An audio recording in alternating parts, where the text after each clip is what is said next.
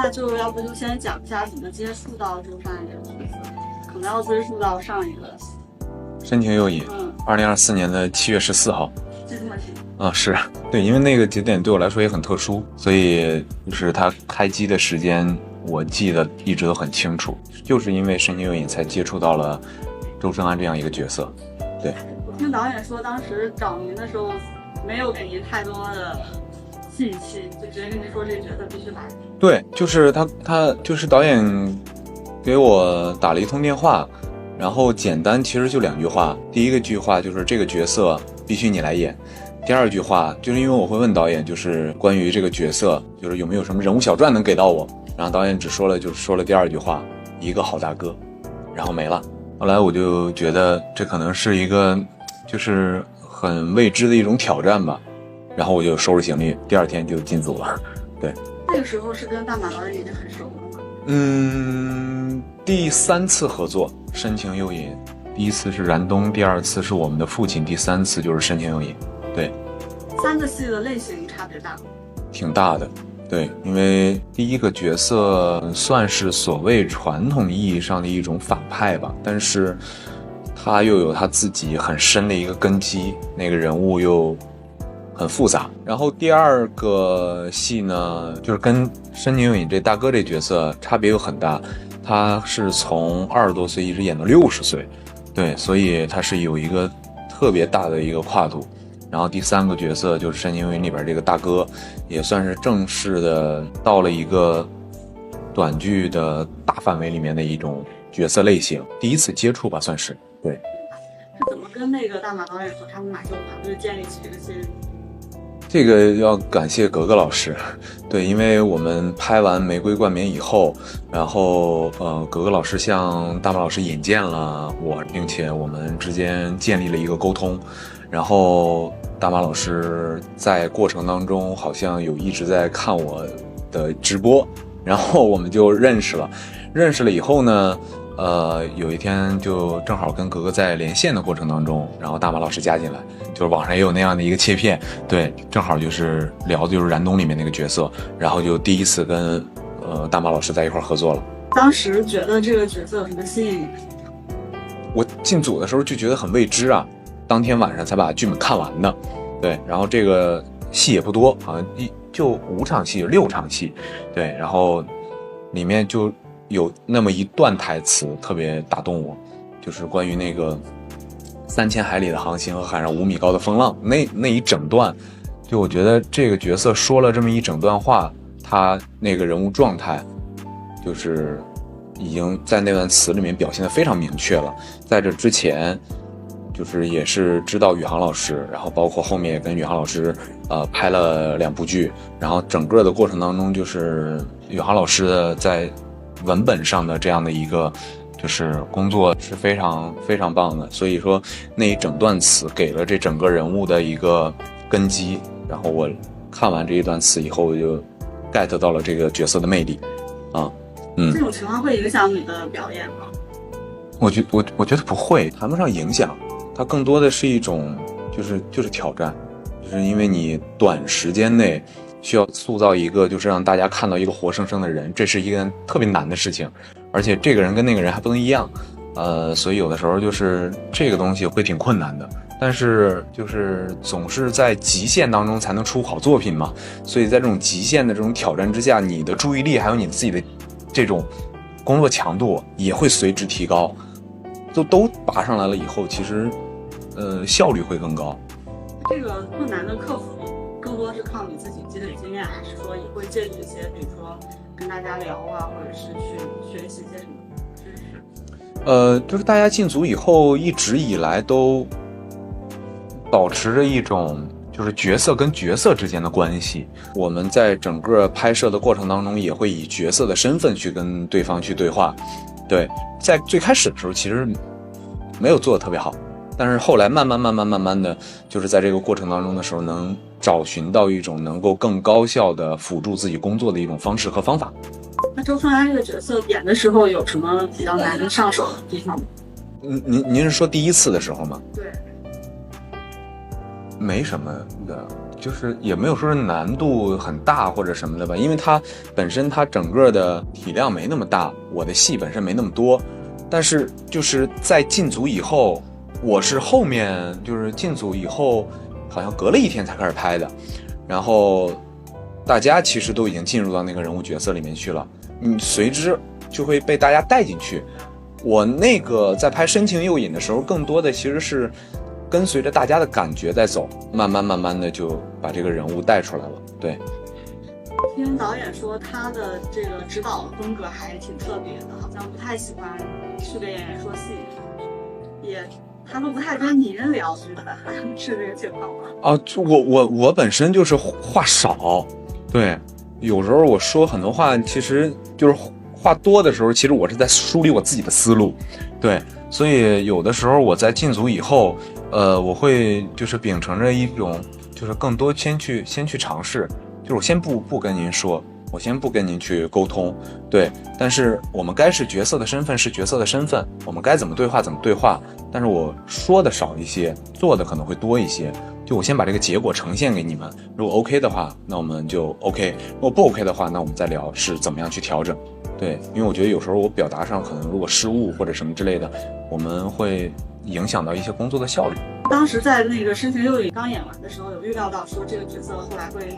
被看那个戏的很多观众注意到，而且很喜欢这个情况。从我的角度来说，我肯定是没想过那么多，当时只是觉得这是一个挑战，然后我就去做了，然后做完了以后呢，就可能当时确实是因为整个剧就是被更多的观众看到，然后又可能是因为剧中的造型，然后人物形象，包括原著里面的一些根基，所以大家喜欢这个周胜安这个角色，这个是在我认知之外的事情。对，但是它可能是客观上就是已经早就成立的一个事情。对，所以我觉得这个我反正是没想到过。对，那后来就是因为可能《悬崖断拉》这个戏某种程度上来说也是观众去把它喊出来的嘛，就是大家想看。后来可能宇航导演有了创作，然后丹马导演觉得能拍，又回去找您的时候，当时心情怎么样？我很激动啊，因为这个事情经过了1整年的时间，在这个过程当中，不只是就是比如说我们整个的摄制组在筹备的过程，而且在其他就比如我的短视频这个团队，我们也是在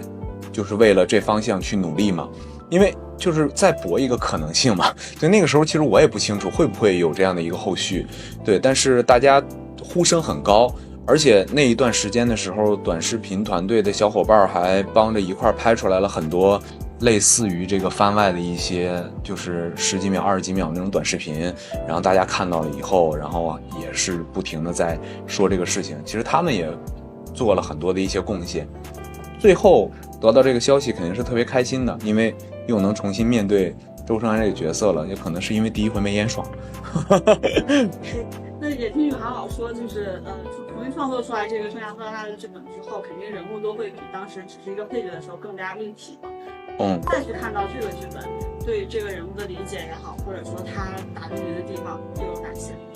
我再次看到这个剧本的时候，其实他都已经跟之前的那个人物角色，我觉得好像就变样了。我去增重也好，我去就是剪头发也好，还原原来的那个造型，其实就是更多的是为了观众不出戏。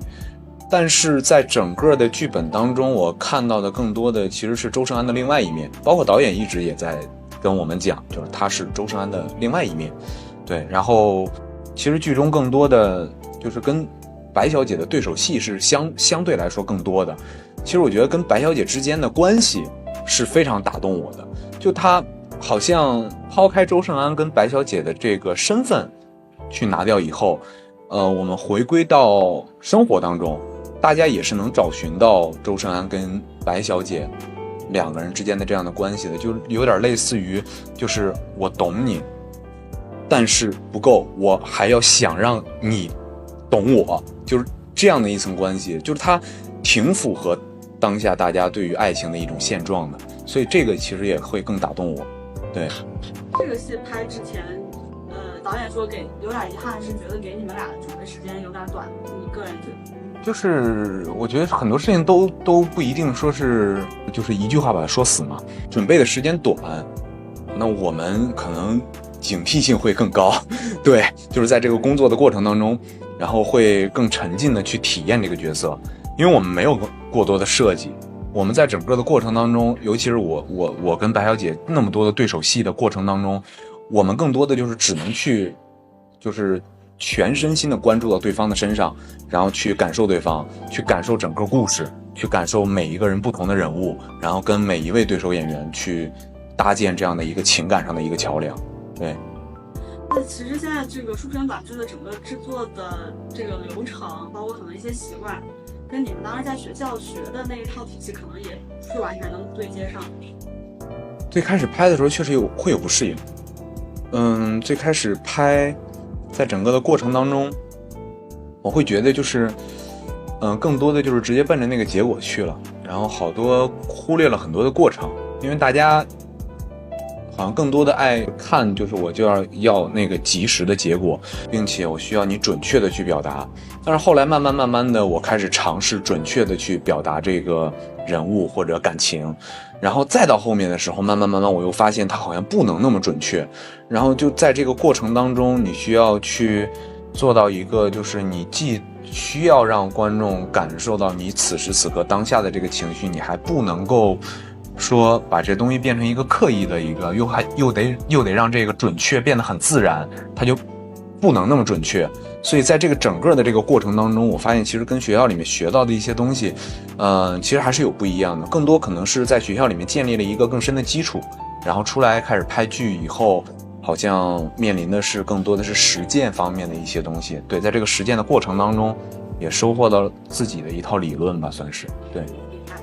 然后大马导演说他给你们拍这个戏的时候，觉得你们走戏的时候最好不要带什么感情，然后他说他特别喜欢你们第一次演的那种状态啊。这个就是你跟他合作觉得有什么独特的地方吗？他在这方面的要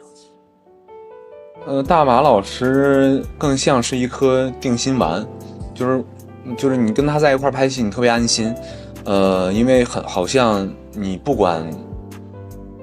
就是最后会做到什么程度，永远都有一个就是像是定海神针一样的就是立在那儿，他永远都会就是帮你往回拽一拽。然后我们在整个拍的过程当中，大马老师其实也在不停的告诉我们，就是他需要那一刻，就是那个 moment， 对，因为那一刻很重要，只有出现了那一刻，可能那个东西才会显得尤为珍贵，所以我觉得我很珍惜这样的创作经历吧。对，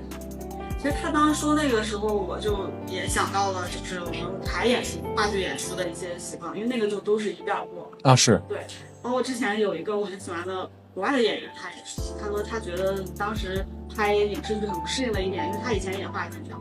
他就觉得就是要一遍一遍拍，一遍一遍拍，他也是更喜欢这种一遍过。那他这个大马老师的这个工作习惯和您当时演话剧的这样的一种经验，是不是也有某种契合？但两种形式还是不一样，就是一个是影视，一个是戏剧嘛。就在戏剧舞台上，它其实也是需要经历前面的不停的去彩排，然后我们在彩排的时候，其实也会带着这个人物，带着这个角色，去建立更多的一些，比如说对手演员之间的情感，或者说是跟这个环境去建立更多的沟通。那在影视里面呢，我们可能要拍一遍，然后再拍一遍，然后全景、中景，然后近景，就是各种不停的拍，然后每一遍都要带着自己最好的情绪去演。那可能只是戏剧它前面排练的时间更长，它可能有个2-3个月的时间能够让你进入这个人物角色，但是呢短剧呢可能就更短一些，1天2天，对，所以它差别还是比较大的。那在这个过程当中的时候，觉得这个反而形成了一种就是更大的一种挑战吧。对，我觉得两种形式不一样，然后节奏不一样，但是他们最终其实都是为了呈现出好的内容，就是最终呈现的结果其实是一致的。对，王老师说因为知道这个戏是你演，所以写人物的时候上了一些难度。你演的时候有这感觉吗？跟您接到别的本子相也不能这么去对比，就是因为宇航老师总会给我一些很难的角色，对，就是经常会在宇航老师的这个文本当中去挑战很多极限。前面与我万丈光芒那个戏也是双胞胎嘛，然后完了就也是很极限嘛。再到芬德拉的时候，其实这个角色他更多，我拿到文本的时候，它里面的文字，就我这个人怎么画这么少？就我觉得他画特别少，然后很多的一些内容，他就需要你往里填。但是你在往里填的时候，就比如说看到第3页，你发现这个人话特别少，你需要往里填的时候，打开第4页的时候，哦，填完了啊，然后完了你再往后翻的时候，说还这个地方我觉得这个地方需要往后填了，再往后翻一页，又填完了。对，所以你在整个的过程当中，其实角色难度是大的，但是在整个的文本上其实是给予了很多情感上的辅助的。对，有没有印象当中当时演的时候比较难的一些桥段？比较难的桥段，或者 NG 的比较多的。就是有一些闪回里面的，两个人状态上面的，就是情感状态上面，因为有时候老笑场，拍着拍着老笑场，因为很多东西都是就及时的嘛，就是现场去创作很多东西，拍着拍着就笑了，拍着拍着就笑了。对，现场的那个氛围很好嘛，对，然后所以我觉得那个地方是 NG 的次数最多的。本身就是对这个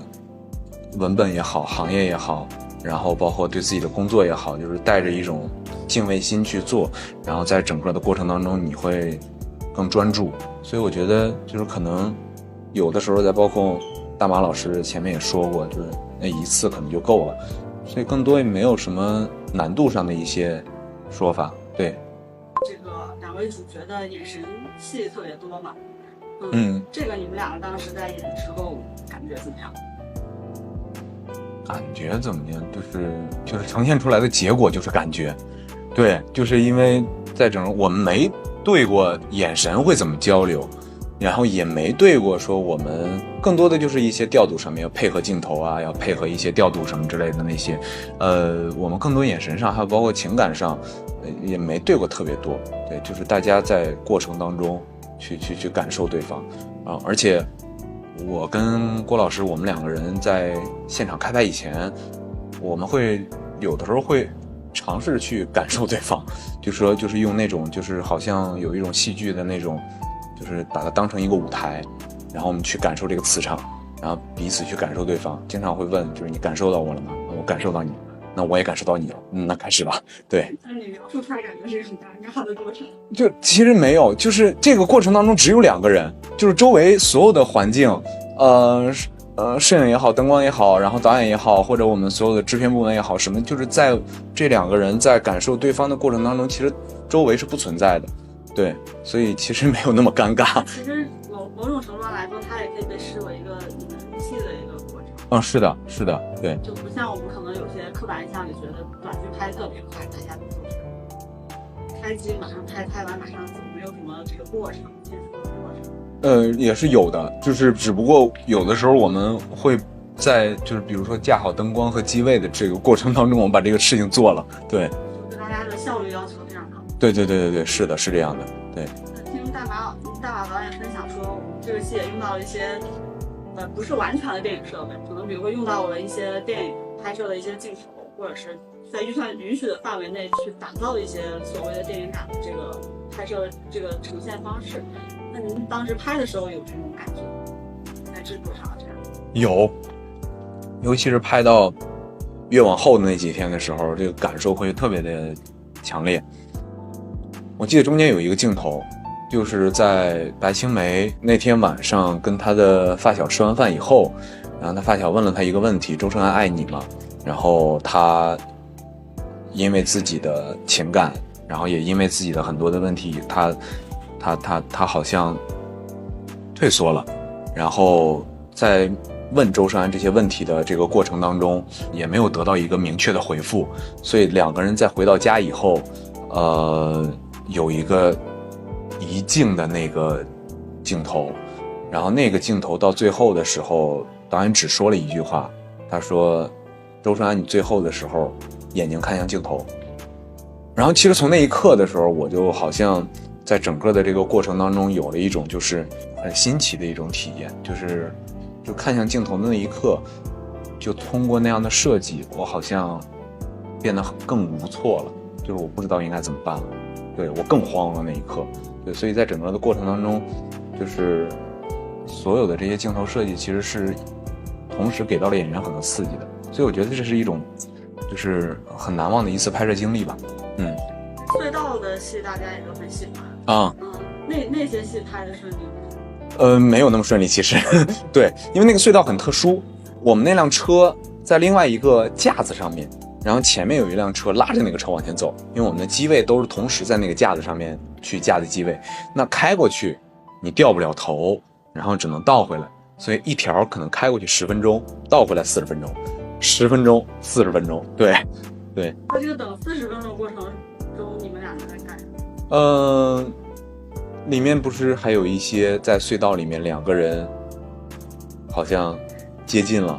又离开了，然后我在寻找他，他在寻找我，就是在这40分钟里面拍出来的。其实很少有真的大家干等着在等某件事。没有，要不就是在对下一场的戏，要不就是在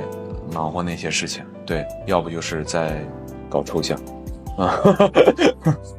对。那因为我们这个戏最终的呈现，其实观众也有在反馈中说到，就觉得整个节奏相对于一些比较制式化的短剧来说是比较慢的。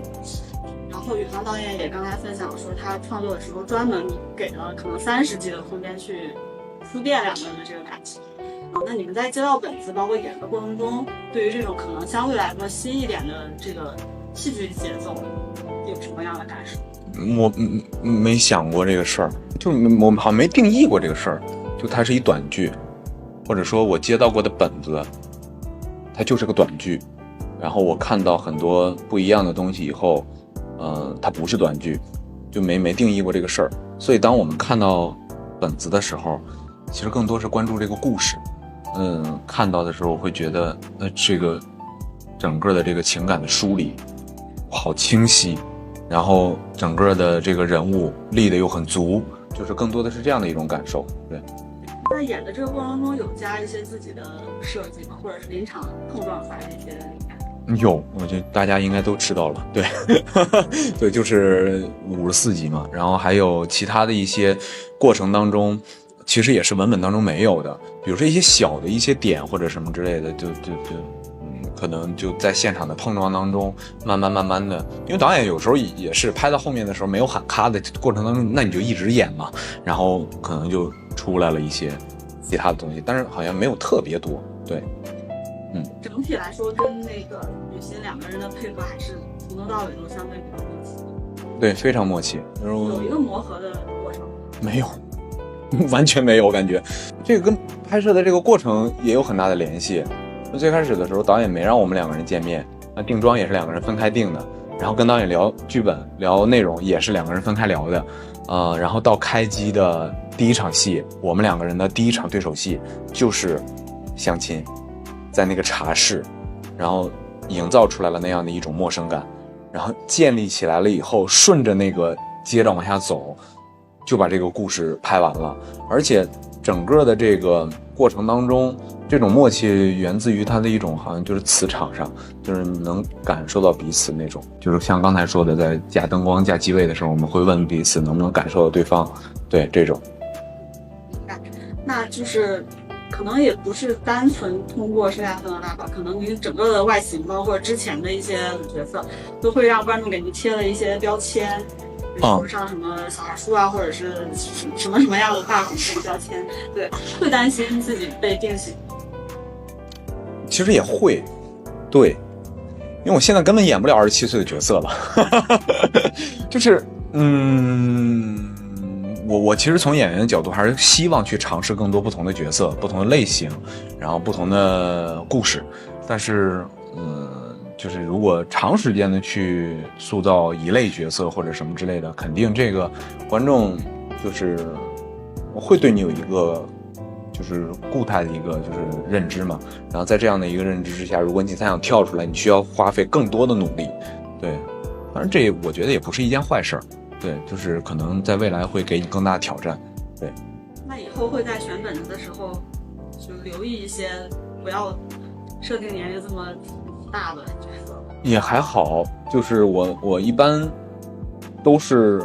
先看故事，再反过来再去看什么所谓人物小传或者什么之类的。对，因为我不希望就是会有很多的一些限制直接把我框死。我先把整个故事看完了以后，然后我再想它就是所谓我们能不能契合，就是原本编剧所写的这个人物的年龄感跟我是不是所谓认知是一样的。对。您觉得您的心理年龄是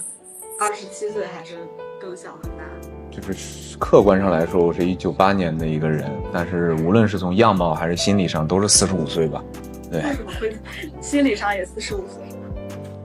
有可能是这类角色演多了也有可能是自己给自己的一种保护壳给的太重了。对，所以有的时候更多的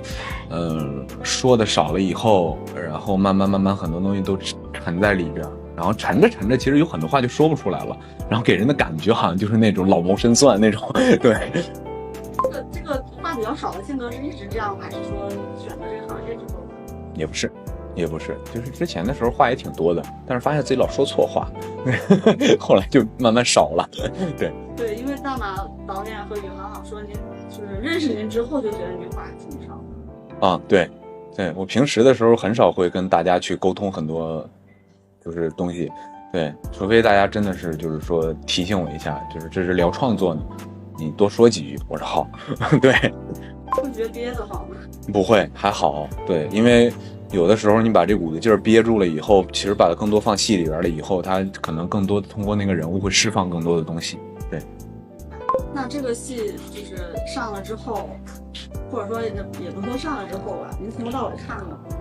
我看过呀，看过。上线的吧？就是因为我们中间的时候不是经历过一段时间配音嘛，我们去配了一次音，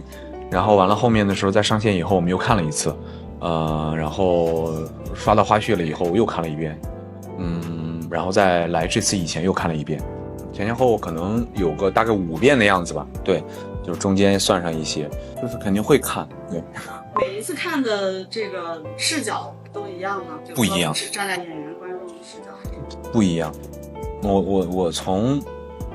配音的时候知道自己需要带入这个角色，然后我就尝试着把自己重新带回去，甚至我们配音的时候都是还原了周圣安跟白青梅的妆造去配的音，然后在这个过程当中的时候去带入了这个角色，但是带到中间的时候看到祠堂那场戏的时候，我不知道怎么回事，看着看进去了，对，然后就变成一观众了，然后从那个节点上的时候就开始其实就有点绷不住了，就可能跟那个时候跟观众站到了一起，就觉得确实是就是我那时候也说周圣安这角色挺过分的，他真挺过分的。对。那每一次就以不同的视角去看的时候，会去做一些比如说分析或者总结吗？还好，它就是一种感受，因为我不希望把工作变成一个特别理性的一个工作，就他有时候就是可能看第1遍没感觉，看第2遍没感觉，看第3遍可能来了一点感觉，那把那个感觉留住，那我知道了就好了。它只是一种感觉，可能我没法用具象的语言去表达。对。没有什么，比如说我要去回看我的作品去总结经验教训，看我哪里做错，没有这个习惯。没有，因为我觉得就是它完成了以后，观众会给到你很多的反馈，就是多去听听观众说什么，然后听完了以后，因为如果我老去看去复盘完了我再接着去演，然后再怎么样来来回回的，其实它永远都是在那个就是在那儿打转，就是有时候那些带刺儿的那些话听多了以后，其实更多的我愿意接受这样的批评，然后听到了以后就会继续往前走。对，有些时候你就知道了自己哪儿不足，因为我觉得自己看自己就好像看不出来什么不足。对，因为当时是那个角色，你再出来了以后，你还是很愿意相信那个角色，因为我做这件事情的时候就完全相信他们。对。那也看了这么好几遍，每次视角不同，去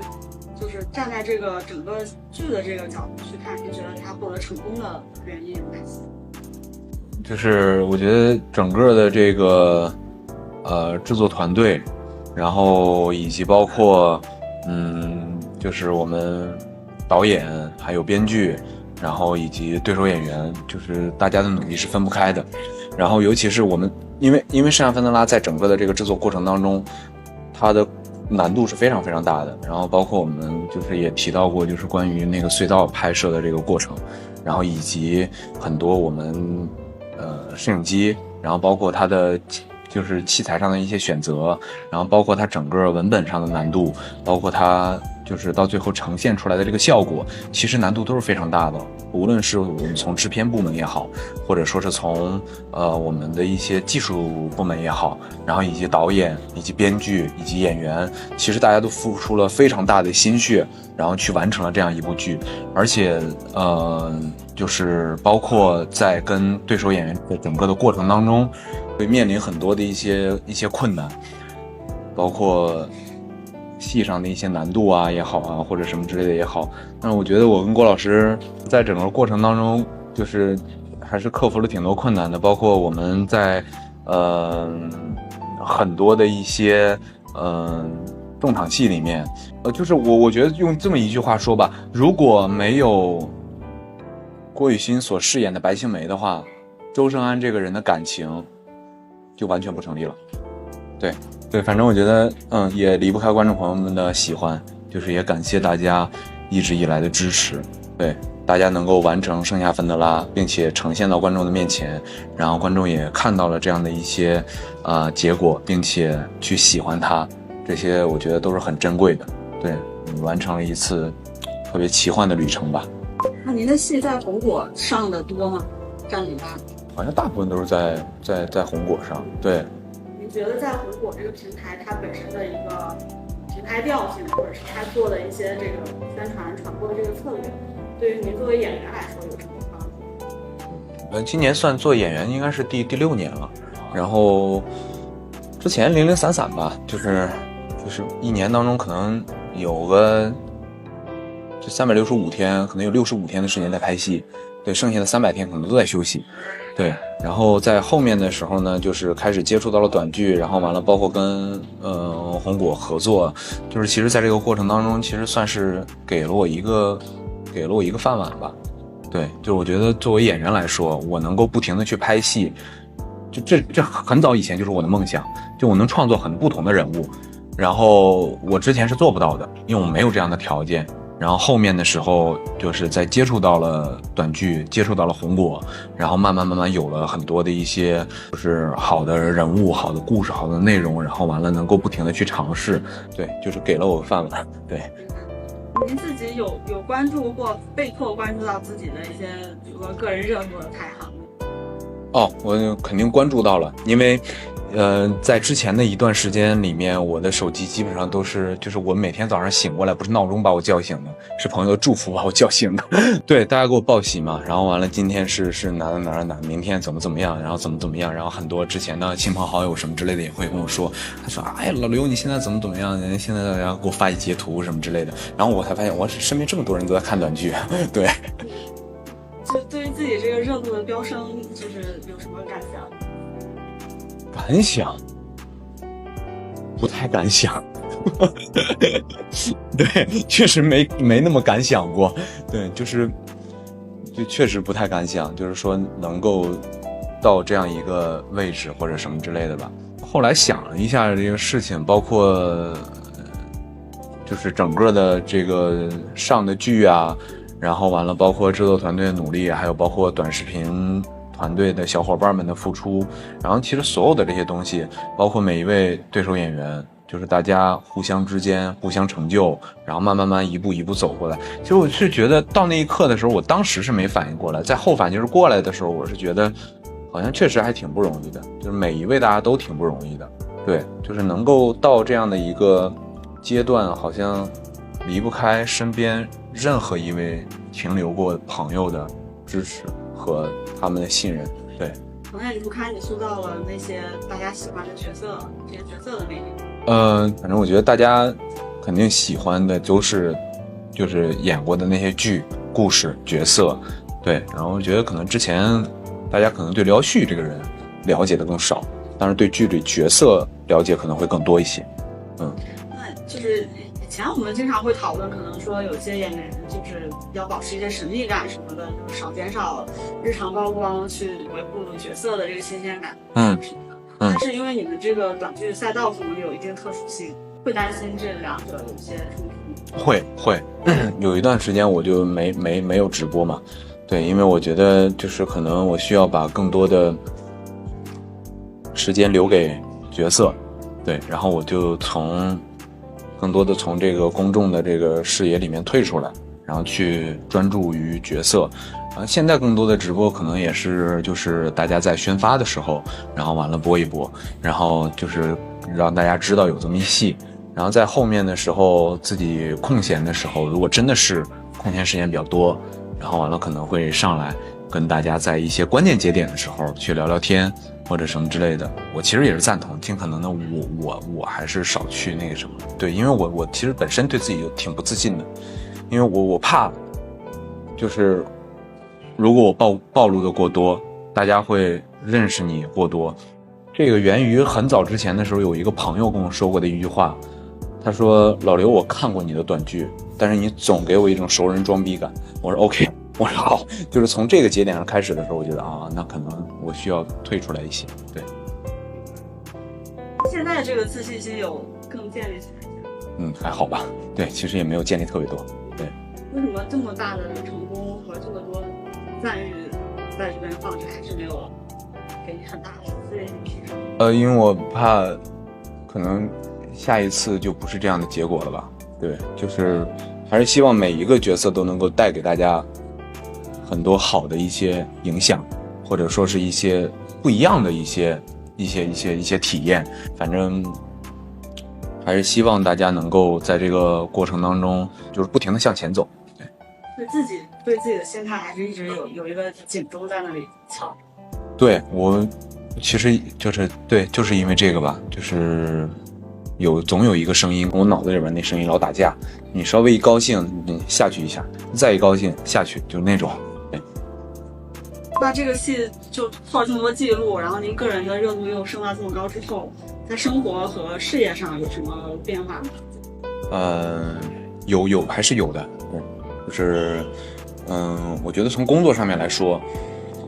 因为获得了很大的成绩，然后我呢随之而来获得了很多的一些关注，有很多的朋友开始喜欢我，然后完了包括我今天到机场的时候，人太多了，然后我就会发现他们对你的喜欢不仅是给你从另外一层方向敲了一警钟。对，然后我还认知到了我自己身上的一种问题，就是以前我认为演员你只管演好戏就行了，剩下事儿你不用管，对，什么你都不需要去操心，你只需要专注于你的角色，专注于你自己的工作。但是现在我发现，原来在这些成绩和这些关注度的背后，我还有了一层就是叫做艺人的身份。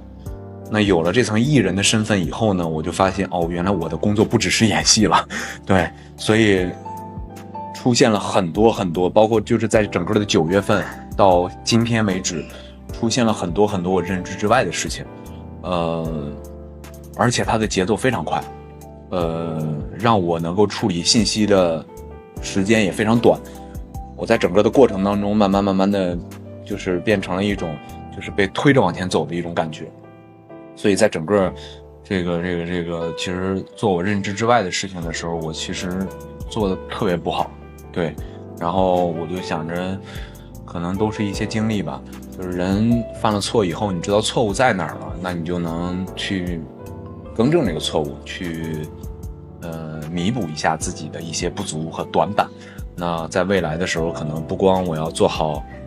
演戏这份工作，我还要更多的承担起艺人的责任，然后所以在整个的这个过程当中，我希望能在未来越做越好吧。对。